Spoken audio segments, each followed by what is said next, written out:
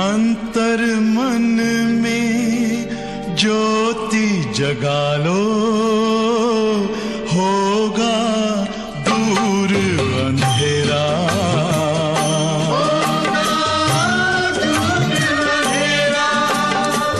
शिव का कर लो ध्यान, आ रहा पावन पुण्य सवेरा।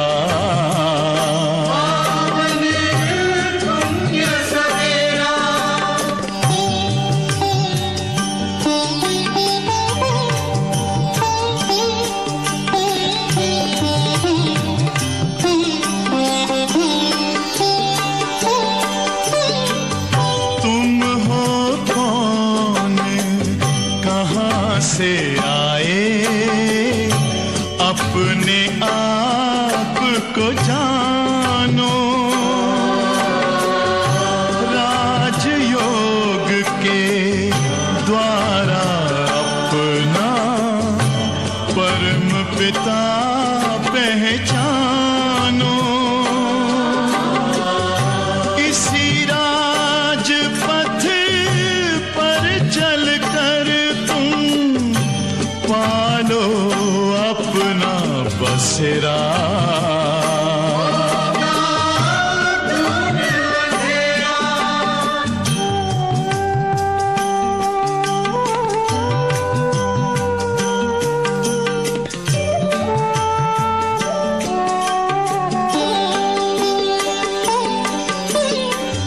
तुम हो आत्मा तन से न्यारे, परमात्मा को प्यारे। दिव्य गुणों को धारण करके योगी बनो दुलारे। ज्योति बिंदु ही तोड़ेगा ये माया का घेरा।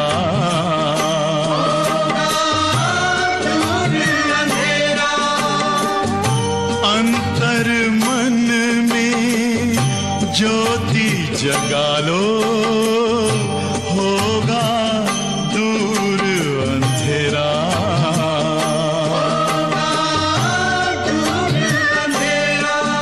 ओम शांति, ओम शांति, ओम शांति।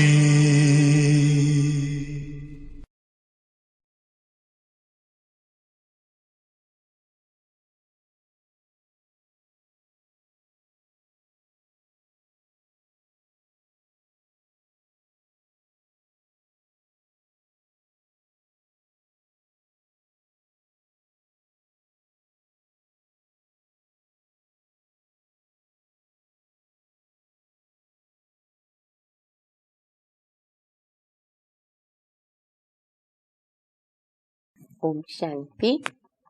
मुरली की तारीख है 16/10/2020। बाबा आज हम बच्चों को बता रहे हैं कि बच्चे संगम युग पर तुम गायन योग्य बनते हो और भविष्य में पूजनीय योग्य बनते। क्यों? अभी सिर्फ गायन योग्य क्यों? क्योंकि ये जो हमारा जन्म है, ये शरीर हमारा विकार से पैदा किया हुआ अपवित्र है और आत्मा बाबा की याद में पवित्र बनती जा रही है। इसीलिए बाबा के कार्य में जो हम सहयोगी हैं, महान कार्य, श्रेष्ठ कार्य करते हैं, तो बाबा हमें गायन योग्य बनाते।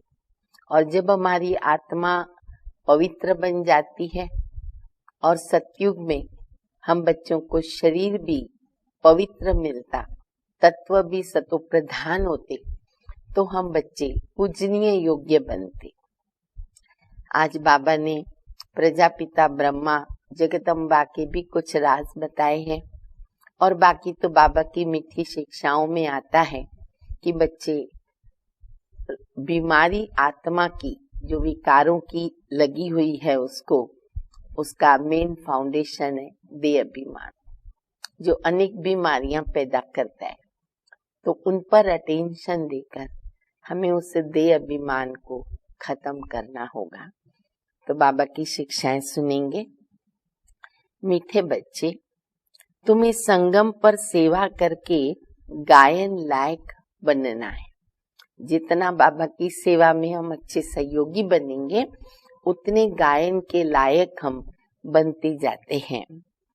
और फिर भविष्य में पुरुषोत्तम बनने से तुम पूजा के लायक बन सकेंगे।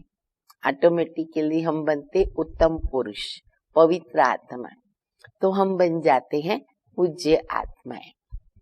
प्रश्न है, कौन सी बीमारी जड़ से समाप्त हो? कौन सी बीमारी जड़ से समाप्त हो, तब बाप की दिल पर चढ़ेंगे। जब अभी हम चढ़ेंगे बाबा के दिल पर, दिल तख्त नशीब बाप दादा के, तब हम भविष्य में राज्य तख्त पर बैठते हैं। तो वो कैसे चढ़ेंगे? बाबा कहते हैं, बच्चे, पहली बात, देह अभिमान की बीमारी, इसी देह अभिमान के कारण सभी विकारों ने तुमको महारोगी बनाया। प्रश्न था ना, कौन सी बीमारी जड़ से समाप्त हो जाए? तो वो बीमारी है देह अभिमान। तो बाबा कहते हैं उसके कारण से सारे रोग पैदा होते। ये देह अभिमान समाप्त हो जाए तो तुम बाबा की दिल पर चढ़ो। चेक करना है हमको। बहुत प्रकार के देह अभिमान होते हैं। किसी को भाषण का देह अभिमान, किसको बोलने का देह अभिमान, किसको किसके सामने आने का देह अभिमान, किसी को कुछ बोलो तो कुछ एक्शन करने का देह अभिमान, किनको झाड़ू पोछा बर्तन करने का देह अभिमान। वैरायटी प्रकार के देह अभिमान है जो हमें हैरान करते हैं। अपनी चेकिंग करनी है, किस किस प्रकार के देह अभिमान मेरे अंदर है, तो वो मुझे खत्म करने ही पड़ेंगे, तब हम बाबा के दिल पर चढ़ते हैं। दूसरी बात बाबा बता रहे, दिल पर चढ़ना है तो विशाल बुद्धि बनो और ज्ञान चिता पर बैठो, रूहानी सेवा में लग जाओ। विशाल बुद्धि, ज्ञान चिता पर बैठना, रूहानी सेवा में लग जाओ और वाणी चलाने के साथ साथ बाबा को अच्छी तरह याद करो। सब सब्जेक्ट आगे, ज्ञान, योग, धारणा, सेवा। गीत है मुरली का, जाग सजनिया जाग नवयुग आया। ओम शांति। मीठी मीठी रूहानी बच्चों ने गीत सुना। रूहानी बाप ने इस साधारण पुराने तन के द्वारा मुख से कहा। बाबा कहते हैं, मुझे पुराने तन में और पुरानी राजधानी में आना पड़ा, क्योंकि ये है रावण की राजधानी। पराई राजधानी में बाबा आते ना, हम बच्चों की खातिर। रावण की राजधानी, तन भी पराया। मेरा तो अपना शरीर है नहीं, क्योंकि इस शरीर में तो पहले से आत्मा है। ब्रह्मा बाबा की आत्मा तो पहले से है, तो शरीर भी मेरा नहीं। मैं पराये तन में प्रवेश करता हूँ। अपना तन होता तो उसका नाम भी पड़ता। माता के गर्भ से आत्मा जन्म लेती है शरीर सहित, तो उसका नाम पड़ता। हमारा नाम बदलता नहीं, इसलिए बाबा कहते मेरा नाम बदलता ही नहीं, अनादि अविनाशी। इसलिए शिव को ही कहते सदाशिव, सदाशिव कल्याणकारी। और बाबा का नाम तो गुणवाचक है। मुझे फिर भी कहते शिव बाबा, इतना मीठा नाम है। बोलो सभी बाबा को शिव बाबा, मेरा बाबा। गीत तो बच्चे रोज सुनते हैं, जागे सजनिया जाग, बाबा उठाते अमृत वेला सभी बच्चों को। नवयुग अर्थात नई दुनिया, सतयुग आया। जब ये गीत बजता है तो ये चेकिंग करो अमृत वेले कि मुझे क्या याद आता है ये गीत सुन करके। ये याद आना चाहिए अभी नई दुनिया सतयुग आया कि आया। बाबा मेरे लिए नई दुनिया बना रहे, बस वो कल आया कि आया। तो क्या होगा? खुशी हो जाएगी, नशा चढ़ेगा। अब किसको कहते हैं जागो? आत्माओं को, क्योंकि आत्माएं घोर अंधियारे में सोई पड़ी है। कुछ भी समझ नहीं है, बाबा कोई नहीं जानते हैं, तभी बाप जगाने आए। अभी तुम बेहद के बाप को जानते हो, उनसे बेहद का सुख मिलता है नए युग में। वैसे तो हम अभी अतीन्द्रिय सुख का अनुभव करते ही है, लेकिन प्रैक्टिकल का जो सदाकाल का सुख है वो हम बच्चों को सतयुग में मिलता। सतयुग को नया कहा जाता और कलयुग को पुराना युग कहेंगे। विद्वान पंडित आदि भी कोई नहीं जानता। कोई से भी पूछो नया युग फिर पुराना कैसे होता, कोई भी बता नहीं सकेगा। सतयुग से कलयुग कैसे बन गया, कहेंगे ये तो लाखों वर्ष की बात है।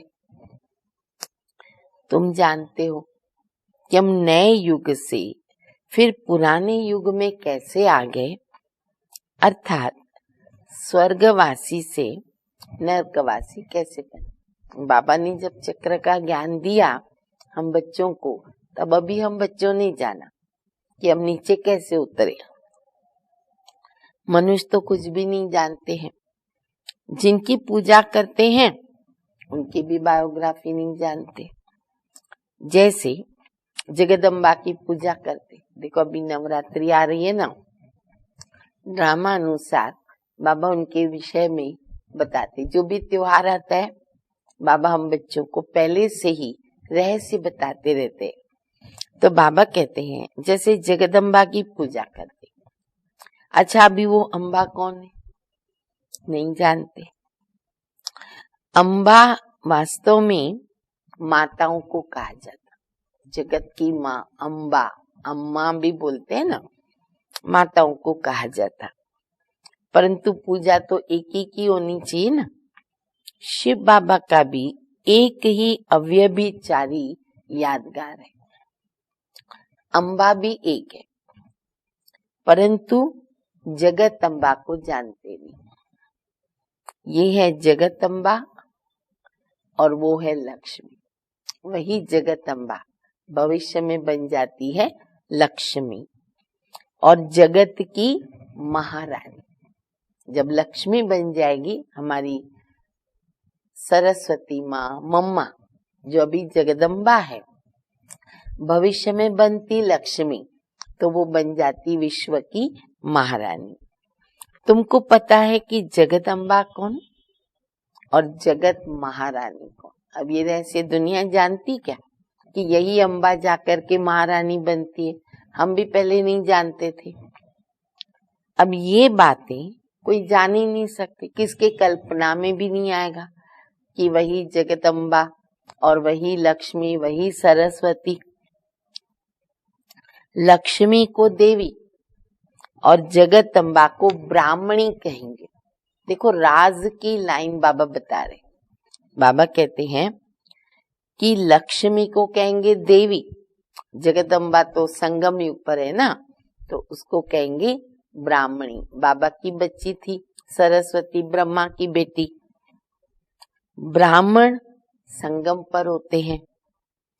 इस संगम युग को कोई जानता नहीं, राज पे राज बाबा बता रहे। अब संगम को हम ब्राह्मणी जानते हैं।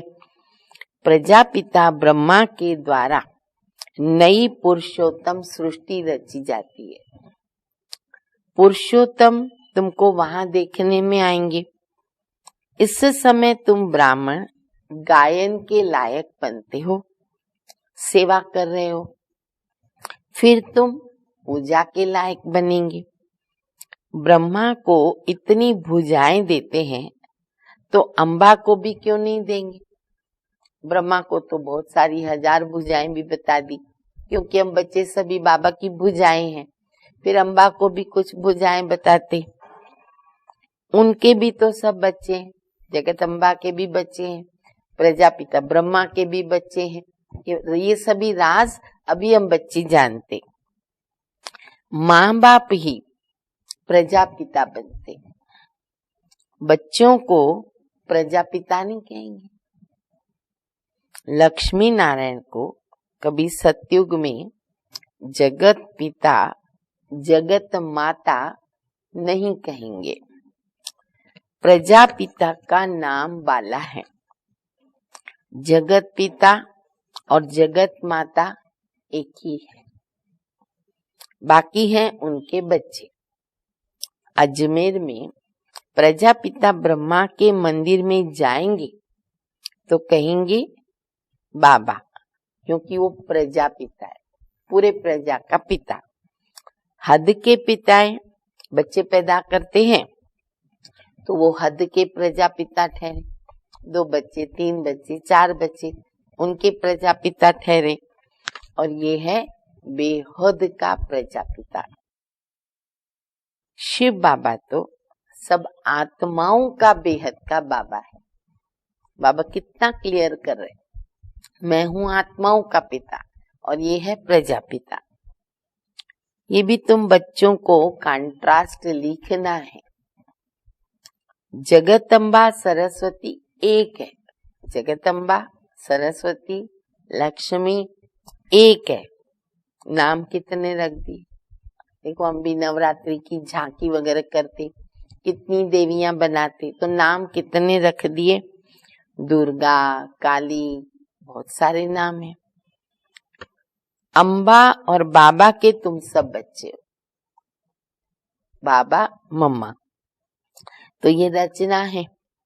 प्रजापिता ब्रह्मा की बेटी है सरस्वती, उनको अम्बा कहते। सरस्वती बन जाती है जगत अम्बा।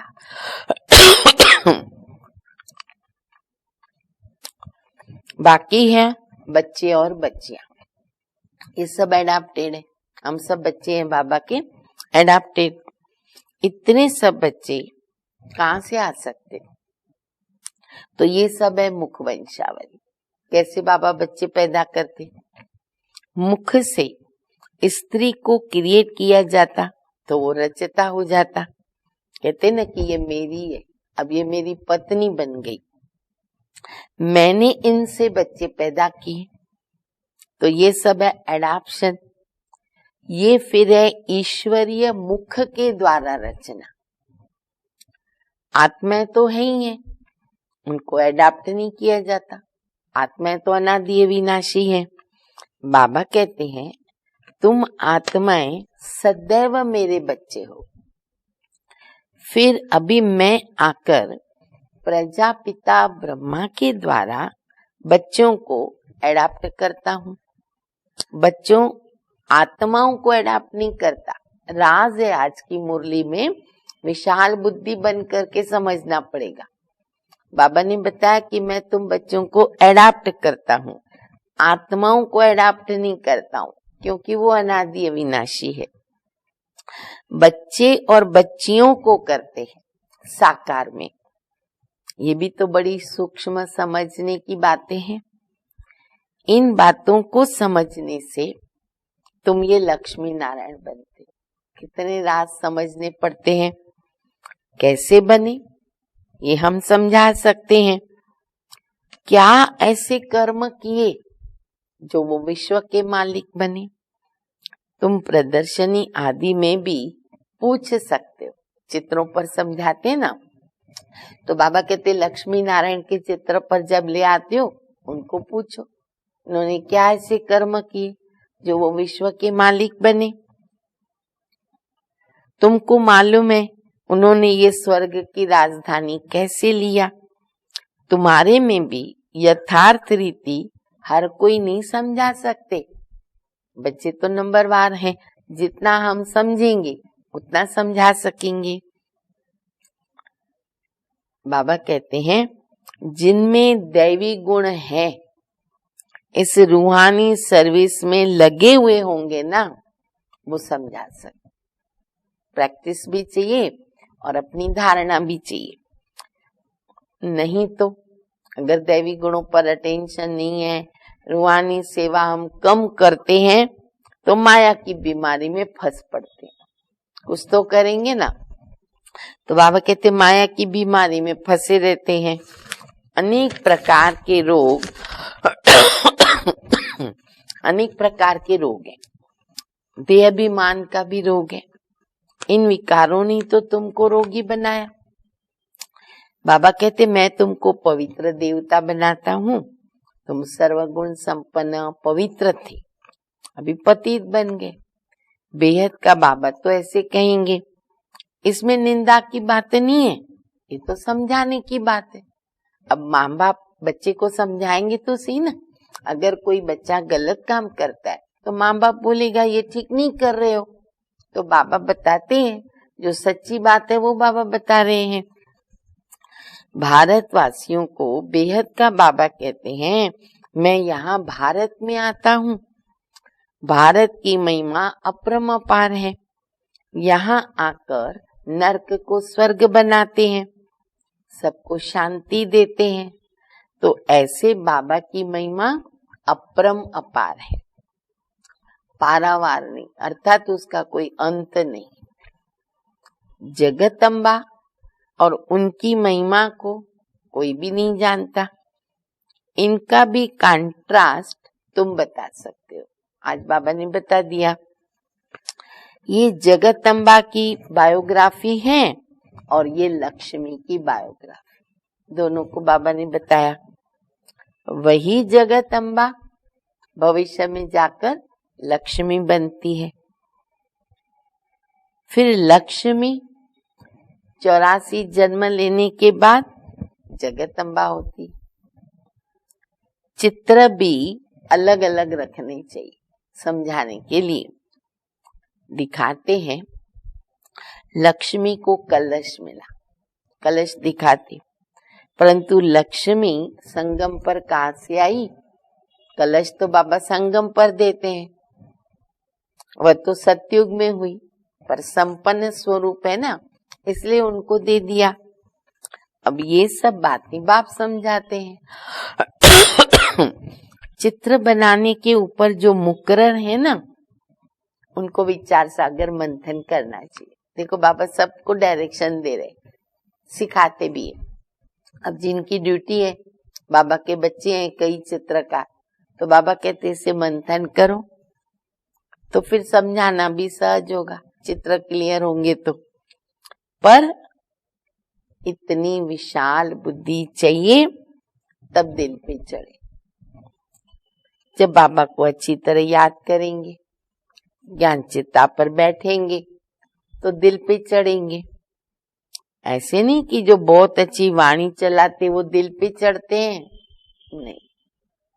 हमें बहुत अच्छा बोलना आता, बहुत मुरली अच्छी चलानी आती, प्रवचन करना आता, धारणा नहीं, तो बाबा कहते दिल पे नहीं चढ़ते। उसके लिए दैवी गुणों की धारणा बहुत ही जरूरी है। योग भी बाबा के साथ बहुत जरूरी है। नहीं, बाबा कहते दिल पर अंत में चढ़ेंगे नंबरवार पुरुषार्थ अनुसार। कब? कब?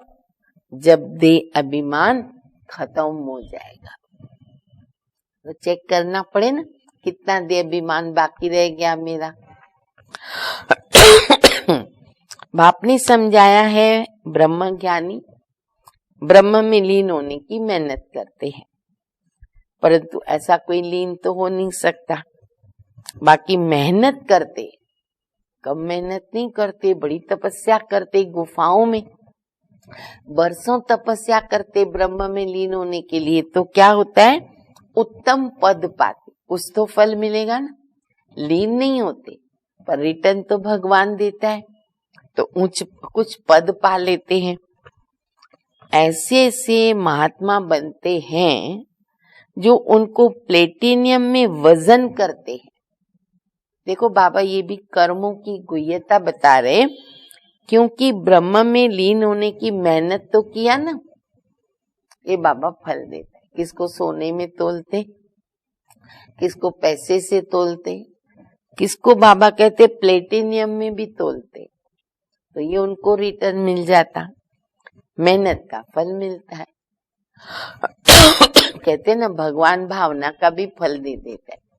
बाबा असुर भी अगर तपस्या करते हैं, शास्त्रों के अंदर हम सुन लिए कहानियां, उनको भी बाबा फल देता है, वरदान देता है। पर जब वो वरदान का दुरुपयोग करते तो उनका विनाश होता।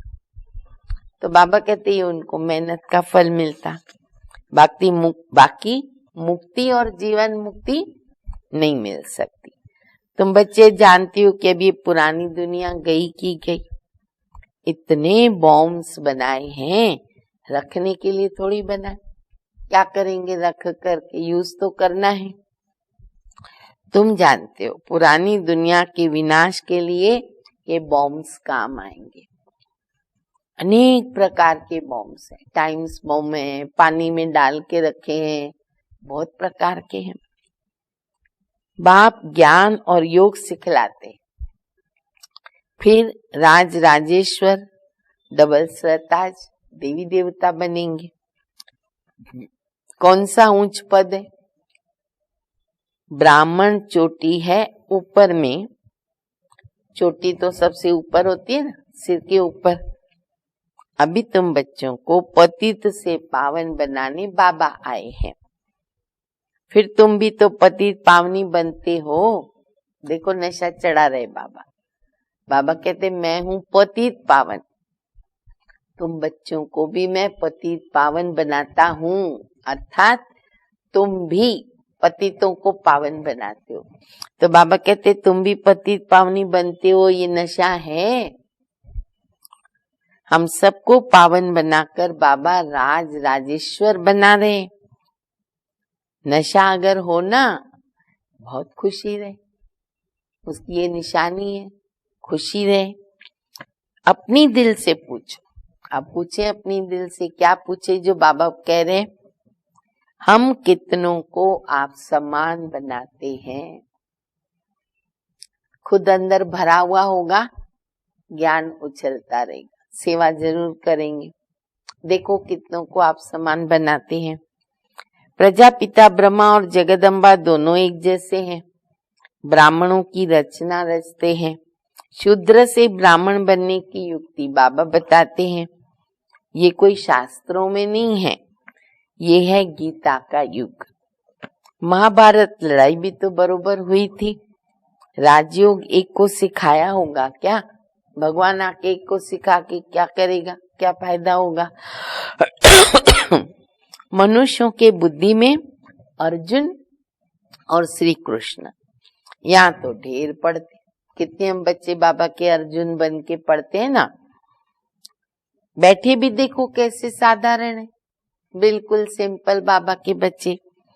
छोटे बच्चे अलफ बे पढ़ते, एकदम केजी में डालते हैं ना बच्चों को, फिर क्या सिखाते, ABCD, तो उसको सिंधी में कहते अलफ बे, वहां से शुरुआत होती है। तुम बैठे हो, तुमको भी अलफ और बे बाबा पढ़ा रहे। अलफ और बे ये है वर्षा। अलफ माना बाबा को याद करना, बे माना बादशाही। बाबा कहते हैं मुझे याद करो तो तुम विश्व के मालिक बनेंगे। अच्छा, क्या और काम नहीं करो, कोई भी आसुरी काम नहीं करो, अंडरलाइन, कोई भी आसुरी काम नहीं करो। तो फिर करना क्या, तो बाबा कहते दैवी गुणों को धारण करो, दैवी गुणों को धारण करो, आसुरी काम मत करो। देखना है। और एक प्रश्न पूछो अपने से, क्या हमारे में कोई अवगुण तो नहीं है। मैं निर्गुण हारे में कोई गुण नहीं। अभी निर्गुण आश्रम भी है, नाम रख दिया है ना, पर अर्थ तो कुछ नहीं जानते। निर्गुण अर्थात मेरे में कोई गुण नहीं। अब गुणवान बनाना तो बाबा का काम है ना। बाप के टाइटल की टोपी अपने ऊपर रख दिया, कितना बड़ा कार्य बाबा करते। बाबा कहते मेरी टोपी बच्चों ने, साधु संतों ने अपने ऊपर रख दी। बाबा कितनी बातें समझाते हैं, डायरेक्शन भी देते हैं। जगदम्बा और लक्ष्मी का कंट्रास्ट बताओ। पहले भी बाबा ने कहा, फिर से बाबा याद करा रहे हैं। ब्रह्मा सरस्वती संगम के और लक्ष्मी नारायण है सतयुग के, है वही आत्मा है, पर कंट्रास्ट बताओ। तो ये चित्र है समझाने के लिए। सरस्वती ब्रह्मा की बेटी है, पढ़ते हैं मनुष्य से देवता बनने के लिए। अभी तुम ब्राह्मण हो, सतयुगी देवता भी मनुष्य ही हैं, परंतु उनको कहेंगे देवता। मनुष्य कहने से उनकी इंसल्ट हो जाती, तो उनका टाइटल है देवता। इसीलिए देवी देवता या फिर भगवान भगवती कहते। अगर राजा रानी को भगवान भगवती कहें तो फिर प्रजा को भी कहना पड़े। इसीलिए फिर बाबा क्या बोलते, बच्चे बोलो देवी देवता। त्रिमूर्ति का चित्र भी है, कितने चित्र देखो बाबा याद करा रहे हैं। सतयुग में इतने थोड़े मनुष्य, कलयुग में कितने ढेर मनुष्य। अब वो कैसे समझाए, तो उसके लिए फिर गोला भी जरूर है। फिर बाबा गोले को, सृष्टि चक्र को याद कर रहे हैं।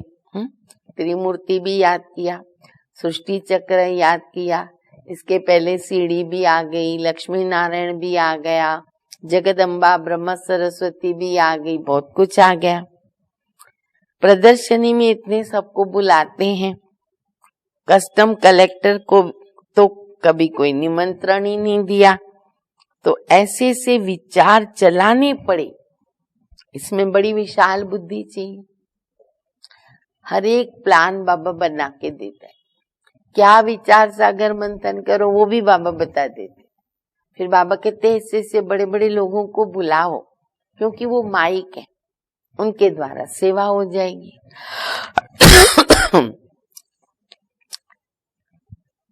देखो बाबा कितनी अच्छी बात सिखा रहे हैं।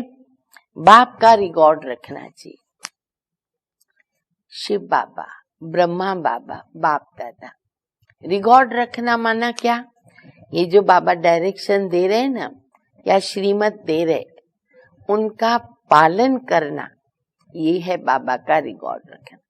जैसे बाबा ने सेवा की पॉइंट दे दी, चित्र बनाने वालों को डायरेक्शन दे दिए, हमें अपनी धारणाओं की बातें बता दी, ज्ञान के राज बता दिए, तो इनका पालन करना ये है बाबा को रिकॉर्ड देना। हुसैन के घोड़े को कितना सजाते, हुसैन का घोड़ा फेमस है। पटका कितना छोटा होता है, घोड़ा कितना बड़ा होता है। आत्मा कितनी छोटी बिंदी है, उनका श्रृंगार कितना बड़ा है। ये घोड़ा है हमारा, आत्मा इतनी बिंदी है, बाबा कितना अच्छा सजाते हैं। ये अकाल मूरत का तखत है। सर्वव्यापी की बात भी गीता से उठाई है। बाबा कहते मैं आत्माओं को राजयोग सिखाता हूँ, भला सर्वव्यापी कैसे होगा। बाप, टीचर, गुरु सर्वव्यापी कैसे होगा, ये भी पॉइंट बाबा ने ऐड कर दी सेवा की। बाबा कहते मैं तो तुम्हारा बाप हूँ, फिर ज्ञान का सागर भी हूँ। तुमको बेहद हिस्ट्री ज्योग्राफी समझने में बेहद का राज्य मिल जाएगा। दैवी गुण धारण करने चाहिए। माया एकदम है ना नाक से पकड़ लेती है, चलन गंदी हो जाती। फिर लिखते बाबा ऐसी ऐसी भूल हो गई, हमने काला मुंह कर दिया। यहाँ तो पवित्रता सिखाई जाती। फिर अगर कोई गिरेंगे तो फिर उसमें बाप क्या कर सकता। घर में कोई बच्चा गंदा हो पड़ता, काला मुंह कर देता, तो बाप क्या कहता है, तो मर जाते तो अच्छा। ऐसा कुल कलंकित नहीं बनना है। बेहद का बाप बस ड्रामा को जानते हैं कि ये ड्रामा में नूंद है, फिर भी बताएंगे, कहेंगे तो सही, सावधान तो करेंगे। तुम औरों को शिक्षा देके और खुद गिरते हो, 1000 गुना पाप चढ़ जाएगा। कहते माया ने थप्पड़ लगा दी। माया ऐसा घूंसा मारती है, अक्कल ही गुम कर देती है। बाप समझाते रहते हैं, आंखें बड़ी धोखेबाज है। हमेशा बाबा बताते ना, आंखें धोखेबाज है। कभी भी कोई विकर्म नहीं करना।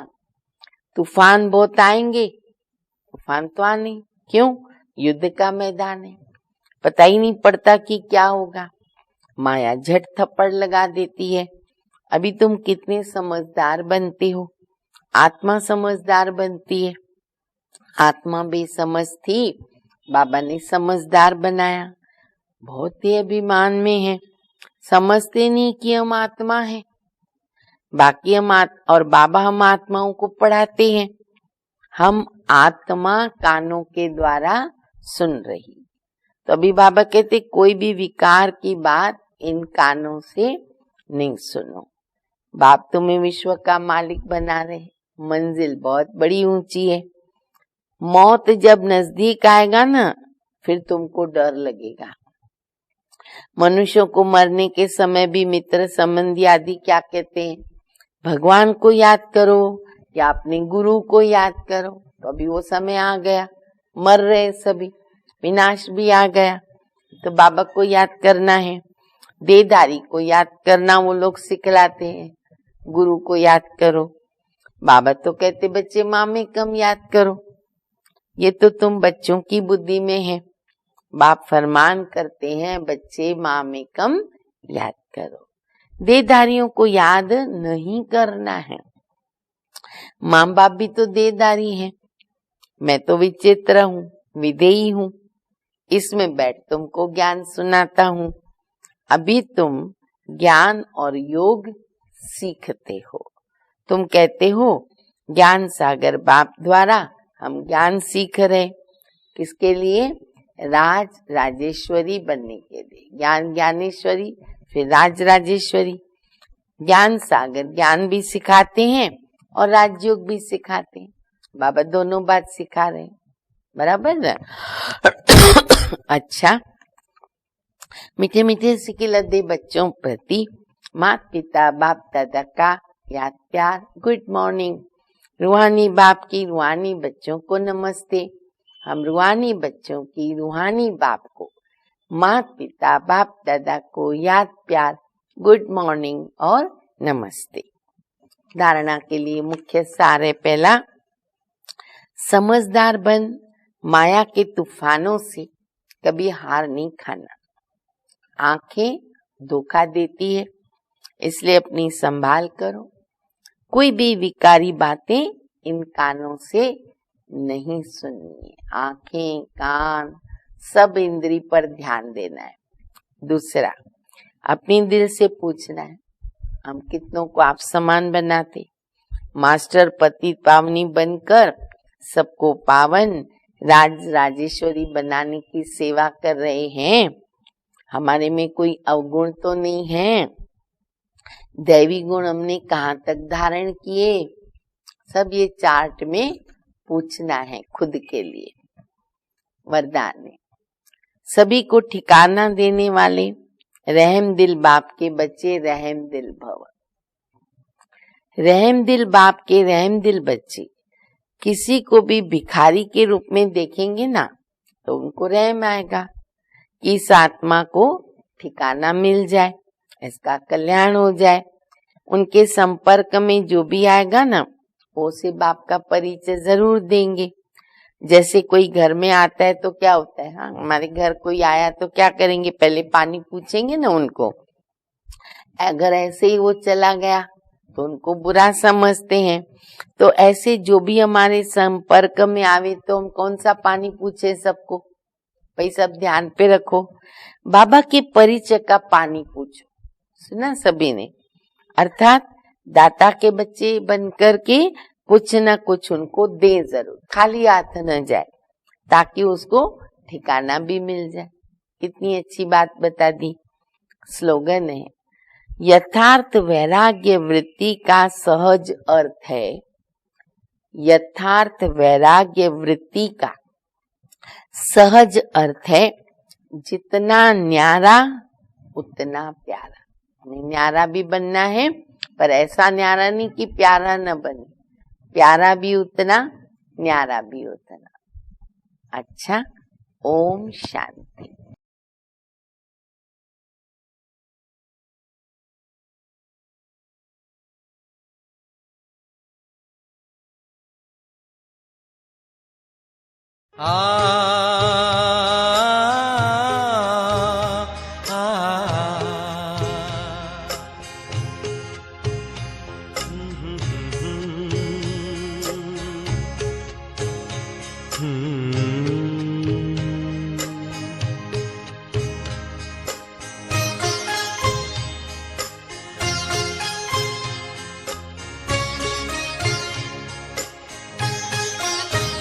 पालो प्रभु का प्यार अगर है पाना, कहीं लुट न जाए सांसों का खजाना, कहीं लुट न जाए सांसों का खजाना।